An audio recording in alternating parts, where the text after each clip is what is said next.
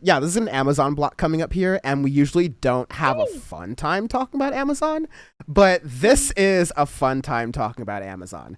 And so this is out of Common Dreams with some reporting from the Washington Post, I believe.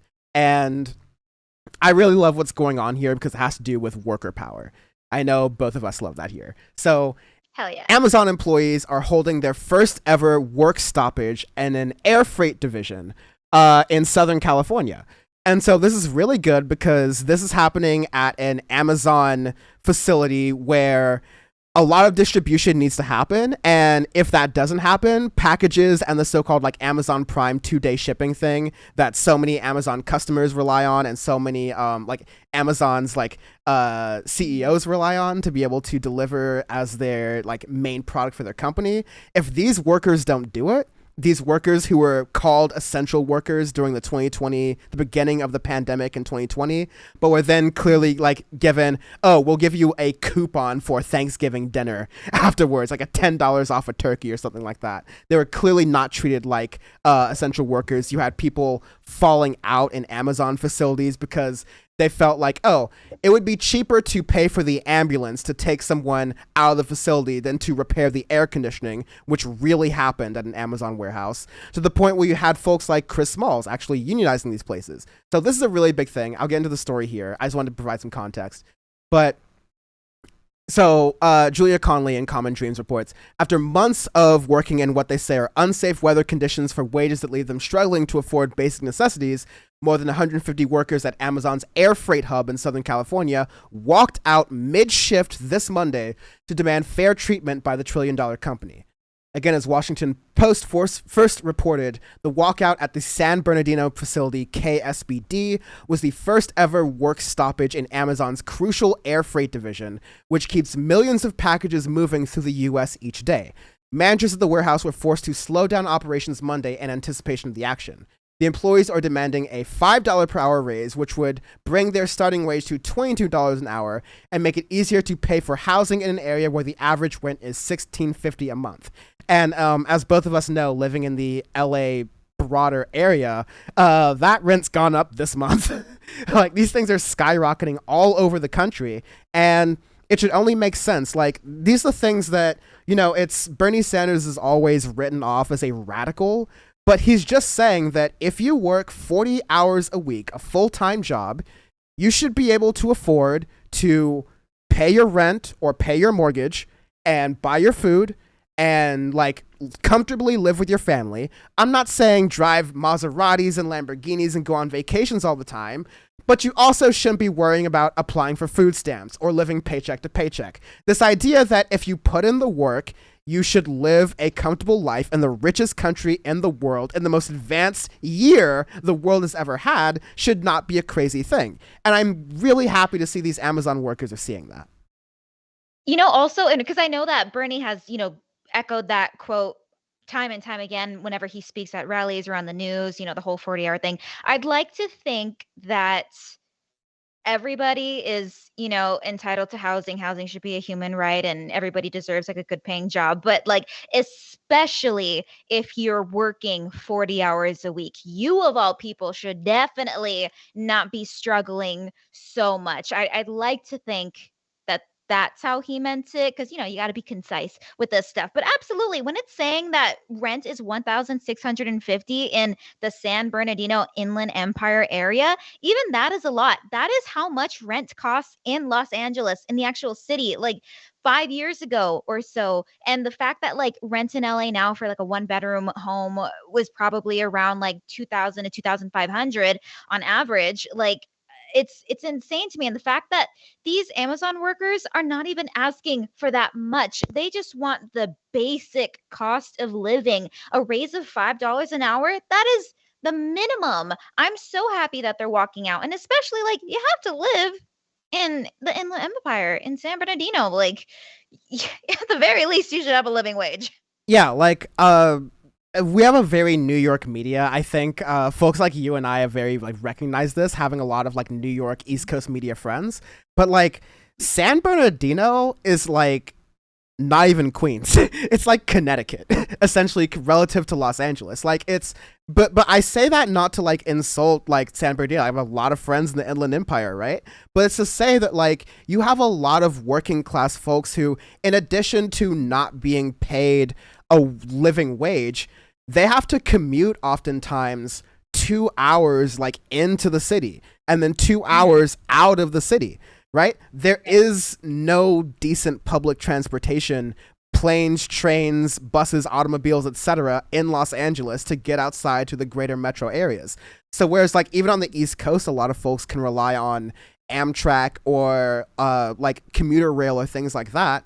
Sure, a lot of people can rely on Metrolink or Metro Rail to do those kinds of things, but the larger picture is that most folks, most working class folks, are driving in cars that are like near their last leg, paying up the ass in gas prices, just like we're all complaining about.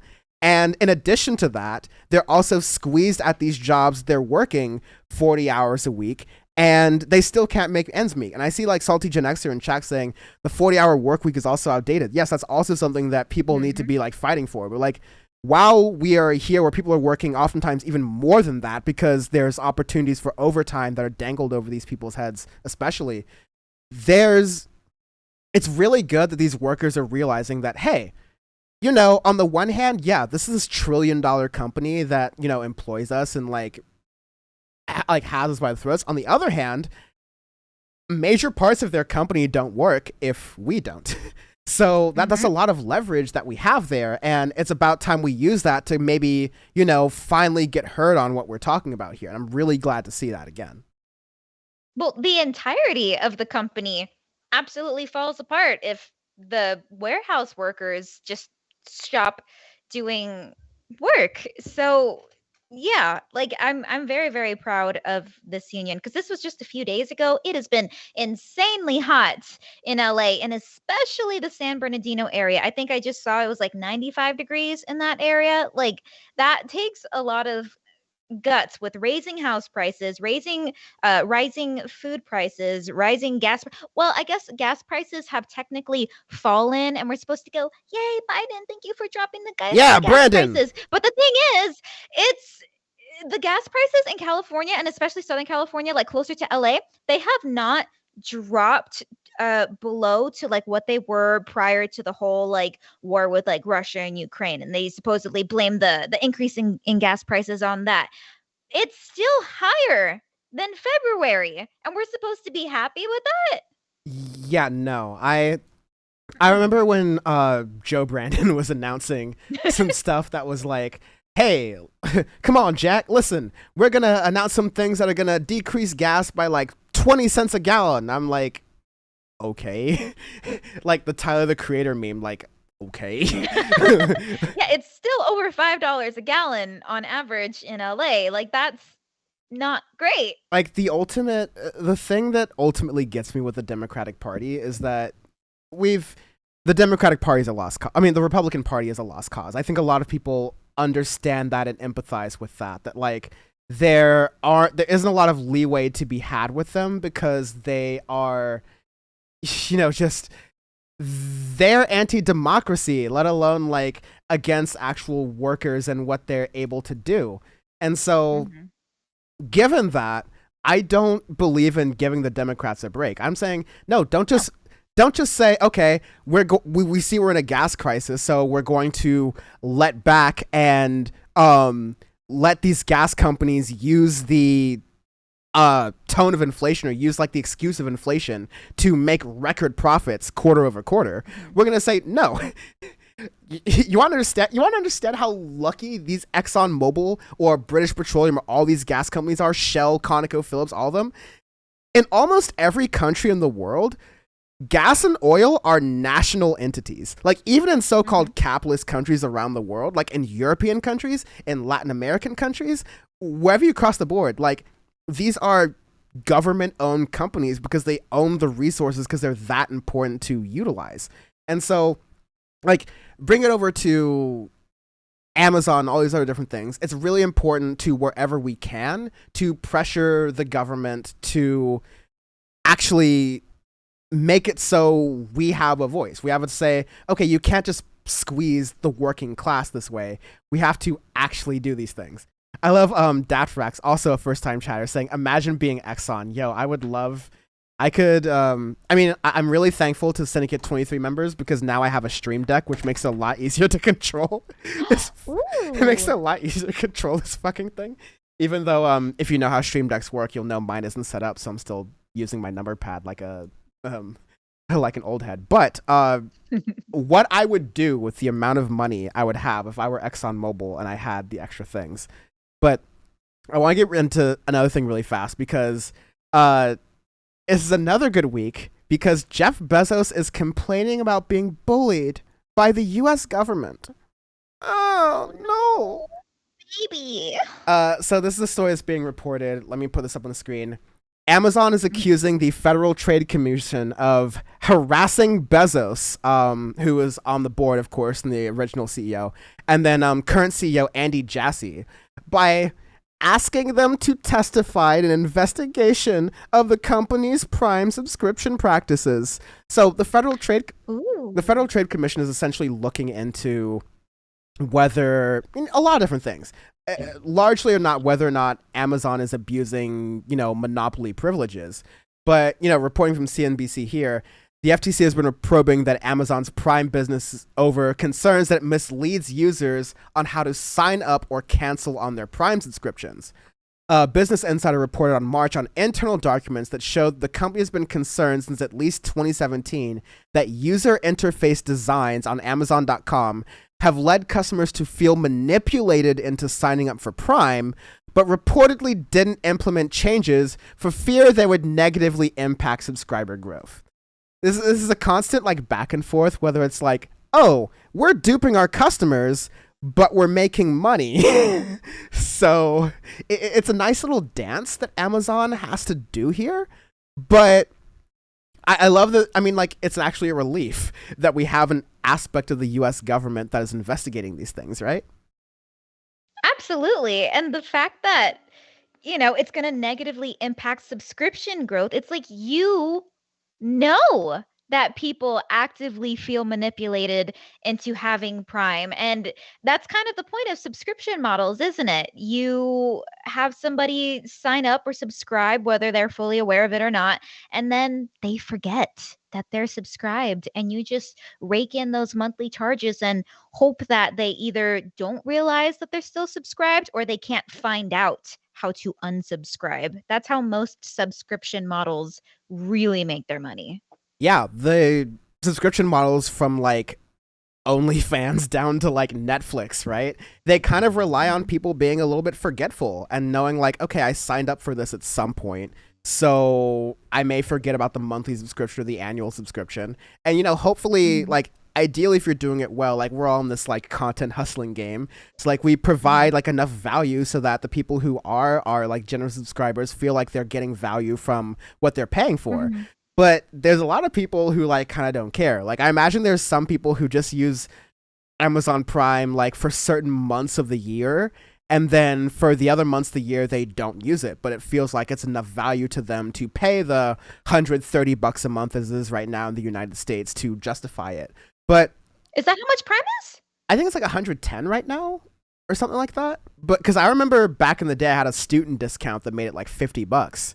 And I really only and I only used it because again, I was a college student and I needed a bunch of shit in under 2 days very quickly. But other than that, I've actually found I don't have an Amazon Prime subscription. I use Amazon as little as I possibly can, he says on Twitch. But I found honestly that using alternative apps, example, when I needed to find the Stream Deck, it was on Amazon with 2-day shipping, or it was at the Best Buy down the street. So I found alternatives to find most of these things I've done without, contributing to Bezos's larger empire.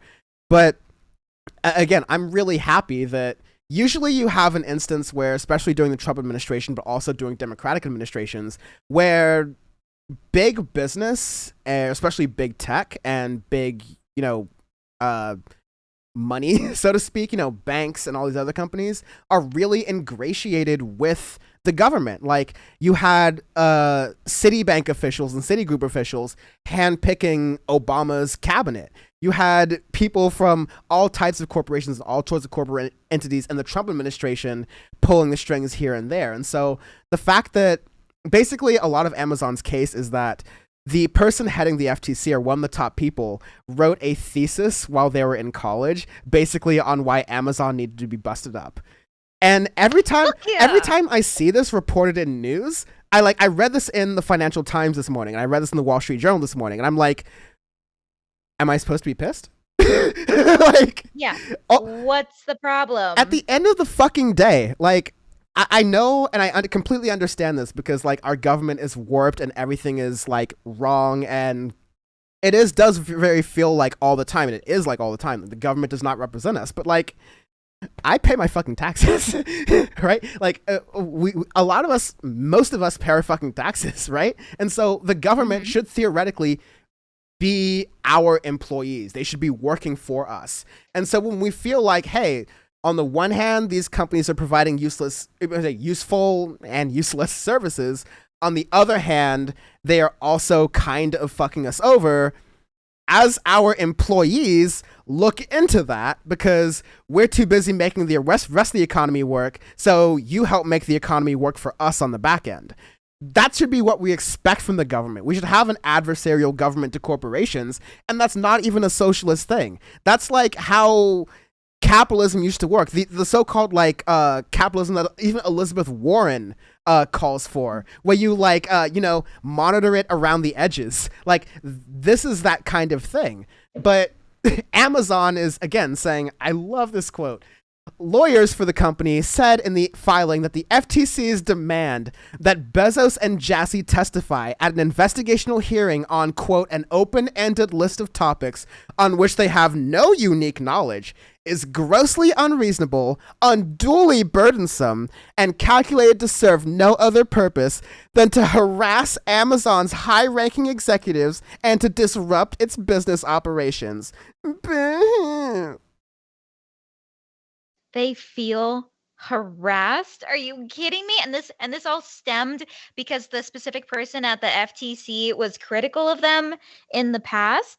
No, This is so dumb. it's not just that. It's that like they've requested in a short amount of time, but also a reasonable amount of time if you're under any legal kind of investigation. I mean, like this is, hey, produce some documents on your business within a month or 3 months, or like, hey, talk to us so we can learn about this. Testify so you can do this. You're a public. I mean, like, yeah, you're a public company. You operate in the United States. Let's get some accountability for this. And they're going, we don't want to have to show up and answer questions and where. It's, I love to see them squeal, honestly. It's good. So what's the next step from here then, you think? That's really interesting. So right now, it's like the dark Brandon jokes about like Joe Biden being accidentally like a really smart like person. Like no, but I think this is a really important case that the left often misses, that like, yeah, even though you have a milquetoast person like Joe Biden in office, it is still very good because that means, okay, the left like not the left, but like Democrats, liberals overall are in charge. That means sometimes you get folks like the current FTC chair who actually sneak in, who are like actually adversarial to these larger corporations, and they get in. The thing is, though, the government only works this way based on administrations. And there's a lot of talk going on right now about how if Republicans get control of the executive branch, meaning get control of the presidency in 2024, that means that, or they're laying the groundwork to basically be able to do a mass firing of a lot of people in the executive branch, a lot of people in these executive sort of like ABC branches of government, the FTC, the FDA, the DEA, all of them, and then fill them with their own goons. So like we saw that happen in the Trump administration with like Betsy DeVos and Mick Mulvaney and like all these other like people who we thought were loony, but they were still somehow principled enough to not be loyal to Trump, and then got fired and replaced by even crazier people. Like that, imagine that happening in mass 7 times faster, like within the first 100 days of the next Republican getting elected. So that is one of the things that Democrats and Democratic voters need to keep in mind when saying that, like, listen, the 2024 election's coming. I can't tell you, and I mean, maybe Sabrina's a genius, but I at least can't tell you who that nominee is going to be on the Democratic side. Whether it's Joe Brandon, whether it's, God forbid, not Kamala Harris or Pete Buttigieg, but like whoever it is, it's probably not going to be someone that like Abelita and I like really enjoy, so to speak, right? So, but there are benefits to having the Democrats overall being in power, is that occasionally you get people in branches of government like this who go hard in the paint against our adversaries, like Jeff Bezos. So, like, you know, you win some, you lose some, but you would never get anyone like this in the Trump administration. Never mind, you would get someone who would actively help people like Jeff Bezos, like, who's the other CEO, Andy Jassy. You would get people who would protect them in the Trump administration. So that's to say, like, we should obviously be fighting for people who are even more radical than Biden's folks at all times, being on the left, right? Like being socialist, like being on the left, right? But we do have to realize the realpolitik that, like, Biden's folks sometimes are kind of based. And like, we should recognize that the rare times when it happens, we should take those wins. We should cheer them on. We should call them out. But yeah, we also have to realize that that's also what we're fighting for. And even though we might get someone who, you know, promises to cancel student debt and then won't, or promises to fight against Republicans and then won't, at least people like this, and I truly mean that, like, I don't love that Biden's like milquetoast like that, but at least people like this get into government, and that wouldn't happen with Republicans.